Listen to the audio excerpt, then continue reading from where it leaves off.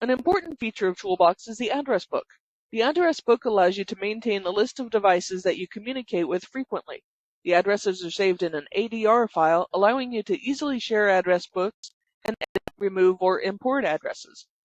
Addresses can be used for devices using a wide range of protocols, including RS-232, TCP/IP, USB, RF for wireless devices, and indirect devices, such as CrestNet, Infinet, and slot-loaded devices. Before a control system can have any functionality, communication between the device and the PC must be established. This is so that all of the latest firmware, project, and touch panel files can be uploaded, and so that later the system can be monitored and tested until it is functioning properly. The following are the assorted connection types in which the different Crestron processors and devices can communicate with a PC. Serial communication using RS-232, Ethernet communication via TCP/IP and Telnet are methods available only if the device supports Ethernet, USB on some of the newer products, or CrestNet, available for a processor only if it is operating in CrestNet slave mode. It is important to note that no matter which method is used, initial communication between the processor and PC must be established using RS-232 or USB depending on the processor. Although some Ethernet-enabled devices will ship with a default IP address or with DHCP enabled, this is not the norm. To establish this connection using RS-232, connect the computer port on the processor to one of the COM ports on the PC using a straight-through DB9 male-to-female serial cable. To add a 232 device, open the address book and click Add Entry. Type the name of the device in the name field, then click RS-232, and select the appropriate COM port. Not all computers use COM port 1, so check on your specific model.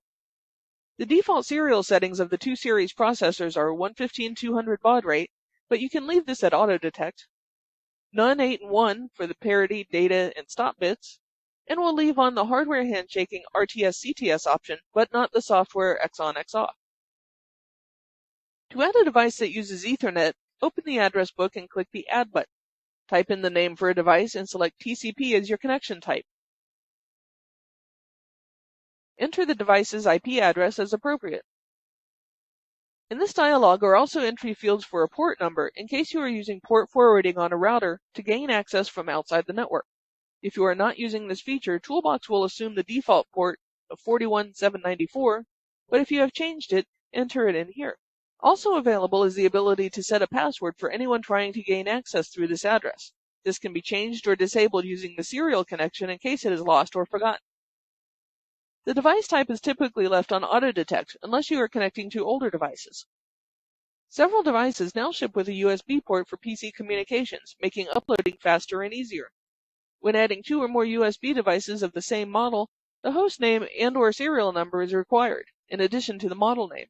If you are only connecting to one Crestron USB device, then the search fields can be left blank. For slot-loaded CrestNet or Infinet devices with no console support, you can establish communication using the indirect method. Simply select the ID of the hardware using the appropriate method, and then using the drop-down menu, select the processor you are connecting through. Be sure to note that you will need to add the main processor as an address book entry before you can select it from the pull-down menu. I want to mention one more feature of Toolbox, and that is the ability to create a pass-through connection to a serially connected device for the purpose of sending text commands or launching software to configure a device without rewiring the system to do so. For this, we use the indirect connection type and select the COM port on the back of the processor that our device is connected to. Set up the baud rate parameters defined in the manufacturer's manual, and then, again, make sure to select the address that you are connecting through. Now the processor will stop running its program and give you direct access to the device on that port, as if you were connected straight from your laptop to the device. So if I need to send a text command to a projector to disable the sleep mode, I will launch the text console tool and simply type the command. Here's one more useful trick. If you need to test a batch of commands to make sure you have the right format, you can use a tool under the text console menu to edit sequence keys. From here you can add commands that, for instance, when you press Ctrl F1, will send it as a single command, because typically you can't type fast enough for the devices to understand. There are even a few shortcuts that you can use for unprintable characters like \R for a carriage return.